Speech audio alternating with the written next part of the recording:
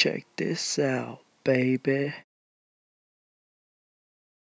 They can all evade us like the predator. It's like they all went to cryptid school where they all learn how to disappear.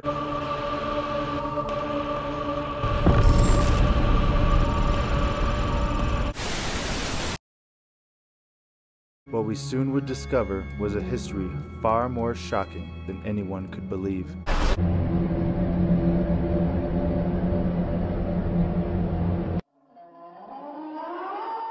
Iroquois lore speaks of the Genasqua, a stone giant with rock-hard skin that preyed on Native American villages. They would attack a village and kill everyone and eat them. They would have like a communal feast on the victims. Although the Genasqua has a very different temperament than its Man-corn, cannibalism and violence in the prehistoric American Southwest, end quote. The term man-corn is the literal translation of the Aztec word Tiac Taluay, which refers to a, quote, sacred meal of sacrificed human meat cooked with corn, end quote.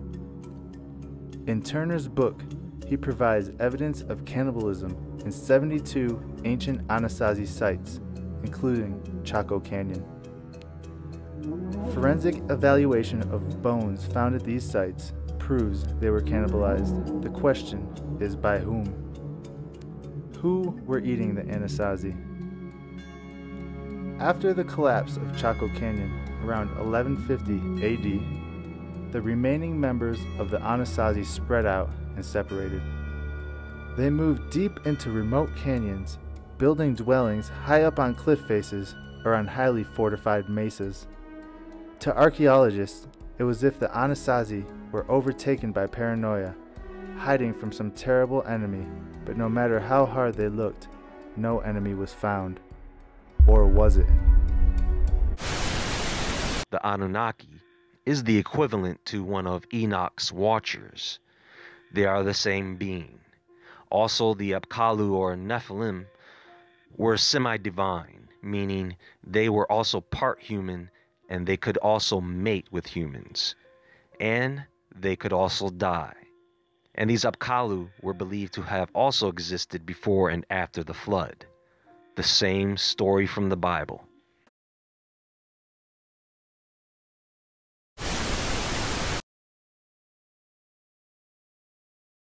Pueblo Bonito has over 800 rooms and sections that were over 5 stories tall.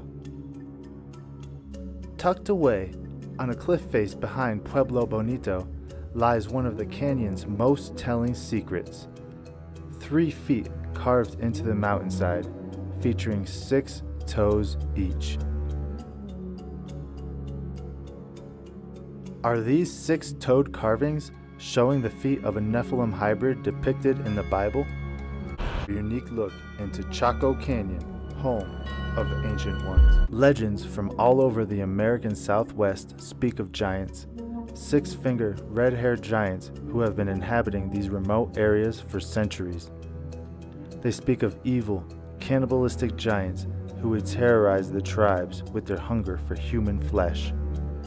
Not only do they speak of giants, however, they also mention monstrous creatures that they carved into the canyon walls as a record for all to see. Here at Chaco, they were very, very powerful people who had a lot of spiritual power. And these people probably used their power in ways that caused things to change.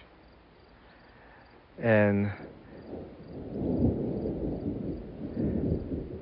that may have been one of the reasons why the migrations were set to start again, is because these people were causing changes that were never meant to occur.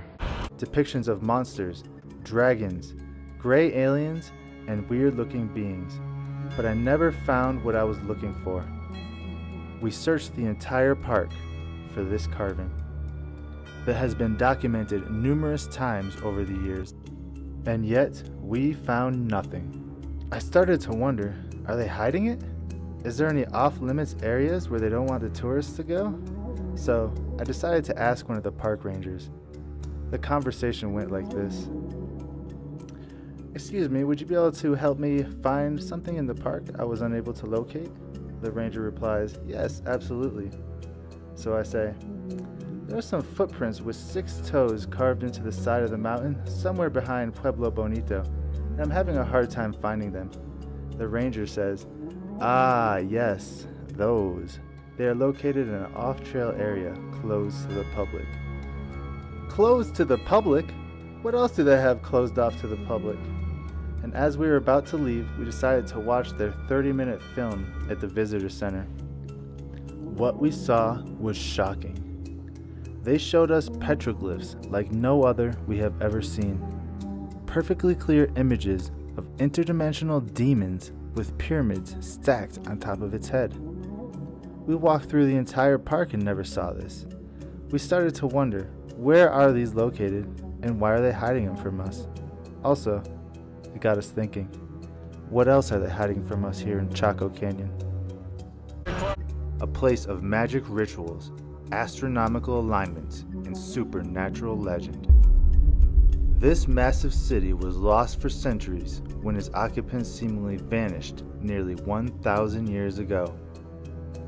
To this day, archaeologists and historians are unable to piece together exactly what happened here. The local Seminole Indians believe that Bigfoot does exist and that it has special powers. They have magic. Magic able to disappear. Because even when the non-natives, they chase this thing, I noticed that the natives, that the Indian people, when we see it, we kind of get scared of it. But yet, we don't bother it. He lives underground, and he comes out only at nighttime. He doesn't. If you put a light on them, they'll disappear in the woods. They even had helicopters, to look for it. They never did find it. It just disappeared in the river bottom. And so it knows it's in danger, and it uses its magic to get away. A part of a hypnosis stage that it puts people in. And to where it could be standing right there in front of you, and you still wouldn't see it. Bigfoot is well known to them. In fact, they believe that there is more than one.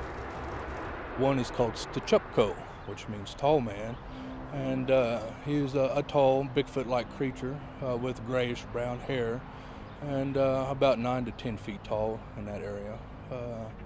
There's also one that appears usually in the morning time called Ihoza, which means forget, and that's what this being or creature, animal, makes you do, is forget. Although woven into their legends, the Indians believe that Bigfoot is a real flesh and blood creature that also has hypnotic powers.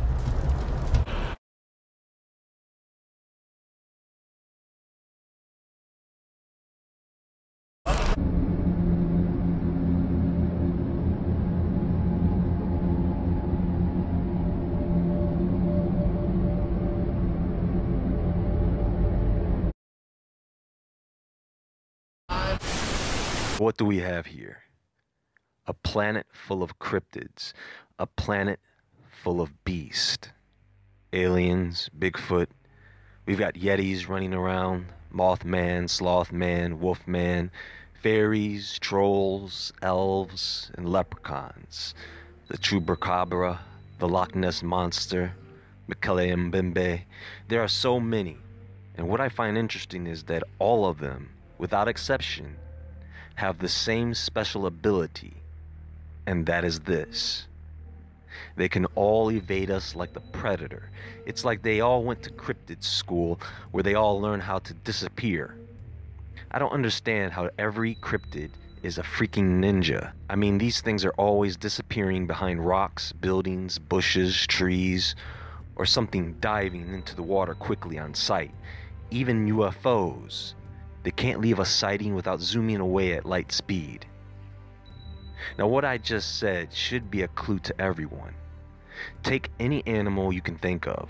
The rarest, most difficult to find animal you can think of. Now you can track that animal, you can hunt it, and you can kill it.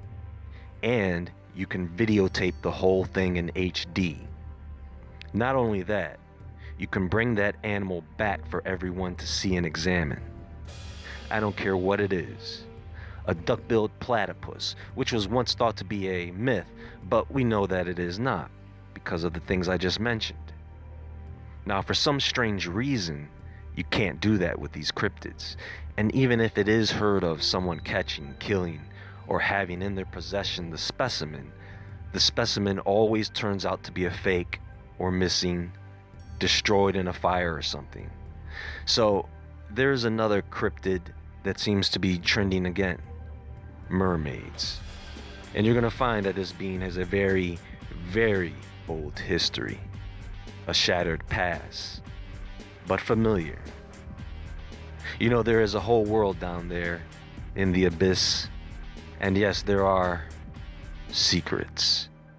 When it comes to mermaids, what we are dealing with is another ghost, another demon, evil spirit, another shape-shifting, extra-dimensional dark entity whose sole purpose is to elude, seduce, and corrupt. Disney's The Little Mermaid is the best story you're gonna get. Bird people and fish people. Didn't I just talk about this with the Sumerians? How about this, folks? Let's take a look at the Japanese version of the mermaid. Maybe they have a different story. Now, the ningyo, or human fish, are not as attractive as the Greek siren. They are depicted with the upper torso of a monkey and a lower half of a fish. See, that's what I'm talking about. Some originality. I mean, a fish monkey? That's crazy. Some legends depict this creature as only having the head of a monkey, or sometimes a dreadful-looking human-like head with horns and sharp teeth. What if we consider that these are all one type of being, taking different forms to suit the scene? Whatever will attract you the most. That they are safe as long as they are not discovered. That is their primary method of survival. Keep us asleep, keep us selfish, keep us sedated. Peace.